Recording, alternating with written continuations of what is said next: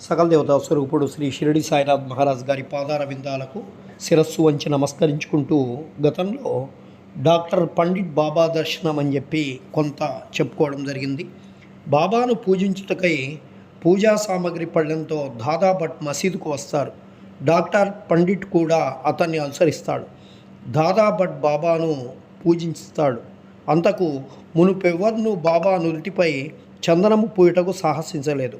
ఒక్క మహల్సాపతి మాత్రమే బాబా కంఠానికి చందనం పూసేవారు. కానీ ఈ అమాయక భక్తుడగు డాక్టర్ పండిట్ దాదాభట్ యొక్క పూజా పళ్ళెం నుండి చందనం తీసుకొని బాబా నుదుటిపై త్రిపుండ్రాకారంతో పెడతాడు.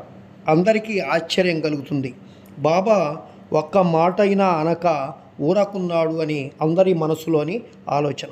ఆనాడు సాయంకాలం దాదాభట్ బాబాను ఇలా అడుగుతారు, బాబా, మేమేమైనా నీ నుదుటిపై చందనము పూయమన్నా నిరాకరిస్తారు. డాక్టర్ పండిట్ రాయగా ఎందుకు ఊరుకున్నారు అందులకు బాబా ఇలా సమాధానం చెప్తారు.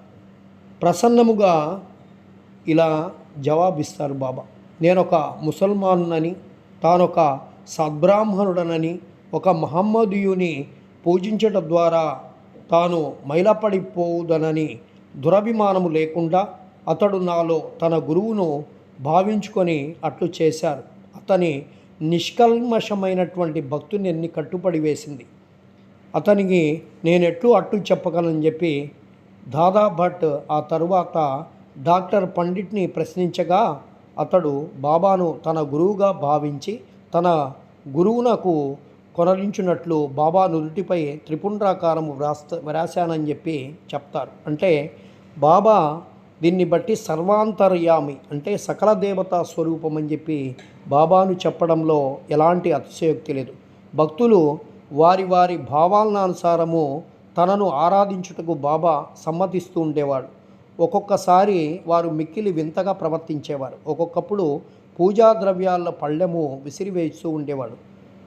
ఉగ్రావతారమును దాల్చిన వారి వలె కనిపిస్తారు. అట్టి సమయంలో బాబాను సమీపించటం కూడా ఎవరికీ ధైర్యం చాలకుండేది కాదు. ఒక్కొక్కప్పుడు భక్తులను అరుస్తూ ఉండేవారు. ఒక్కొక్కప్పుడు మైనం కంటే మెత్తగా కనిపించేవారు. అప్పుడు వారు శాంత క్షమలను ప్రతిరూపాల వలె కనిపిస్తూ ఉండేవారు. బయటికి కోపంతోనూ ఉగిపోయినను కళ్ళెము వేసినప్పటికీ వారి హృదయం మాత్రము మాతృహృదయం వలె అనురాగంతో నిండి ఉండెను. వెంటనే వారు తమ భక్తులను ప్రేమతో దగ్గరికి తీసి, నేనెప్పుడు ఎవరి పైన కోపించి ఎరుగను. తల్లి తన బిడ్డల